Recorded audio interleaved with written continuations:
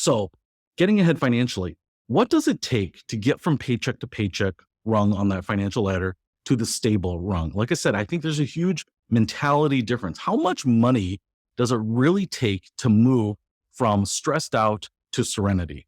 And here's an interesting statistic. According to the National Poverty Center, 1.5 million households' daily net income is less than $2.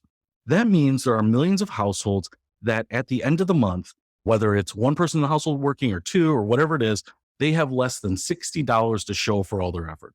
And in fact, maybe a lot less. We know that 78% of Americans living paycheck to paycheck. So let me just say this, maybe millions of households, after putting in tons of work, working a full-time job, slaving away at things, come away saying, hey, I did all this work, I paid my bills, and at the end of the day, I have $50 to show for all this work. So my question to you is, how much money would be life-changing if every month you worked and had $50 to show for it? If I gave you another $50, would that be life-changing? If I told you that I would give you $50 a month forever, would that be life-changing? What if it were $100 or $200? What if it were $600? Someone goes from having a surplus of $50 to a surplus of $600 a month, I think can be very life-changing. And remember those numbers that we showed about the modal amount of side hustle income and the average amount of side hustle income? $200, even on the modal side, would be, I think, huge. $580 a month, I think, would be life-changing for a lot of these people. So you don't have to be internet billionaire to feel the change in mentality, to feel that life-changing moment. The side hustle, I think, can really move people across this threshold. And I think it's just that mentality piece that is maybe the most valued. 70% of people are unhappy in their job, right? Maybe because they're not getting heard, their ideas are being ignored. Maybe it's they're not making enough money. Maybe they're not getting promoted.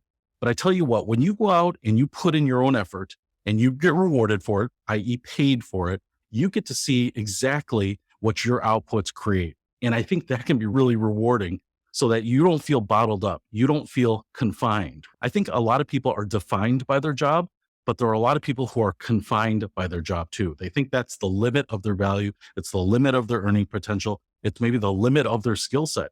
And I don't think that's true. And I think exploring a side hustle and doing a side hustle can show you how much potential you have. And for a lot of people, it is truly limitless.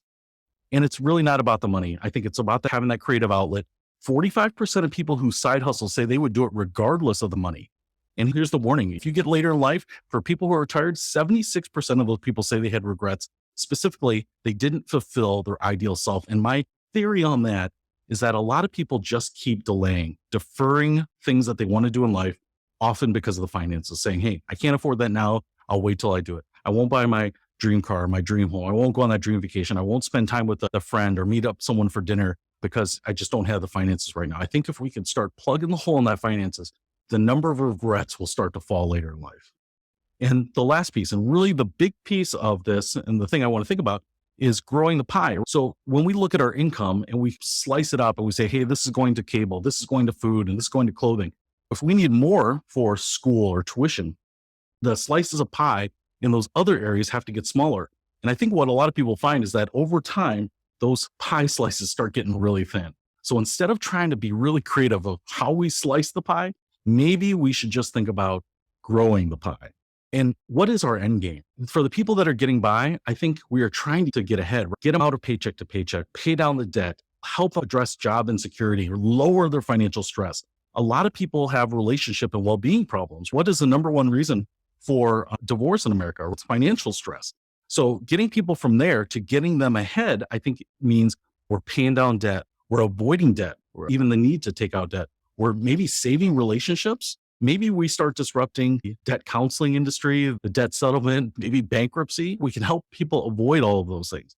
Give them a creative outlet, let them fulfill their own needs, help them pursue and live their values, maybe build wealth, find joy in life. For some of you that are maybe familiar with the financial independence movement, I think the idea that someone can do whatever they want in life is really the ultimate goal. A lot of us think of that as retirement. Some of us want to think about just being financially independent, whatever that means. We want to get out of the point of being stressed out, being in the space where it's mentally constraining, and out of the mentality of scarcity and move to abundance. And the nice thing about this is side hustles can help check the boxes on all of these. So I think that's why side hustles are so powerful.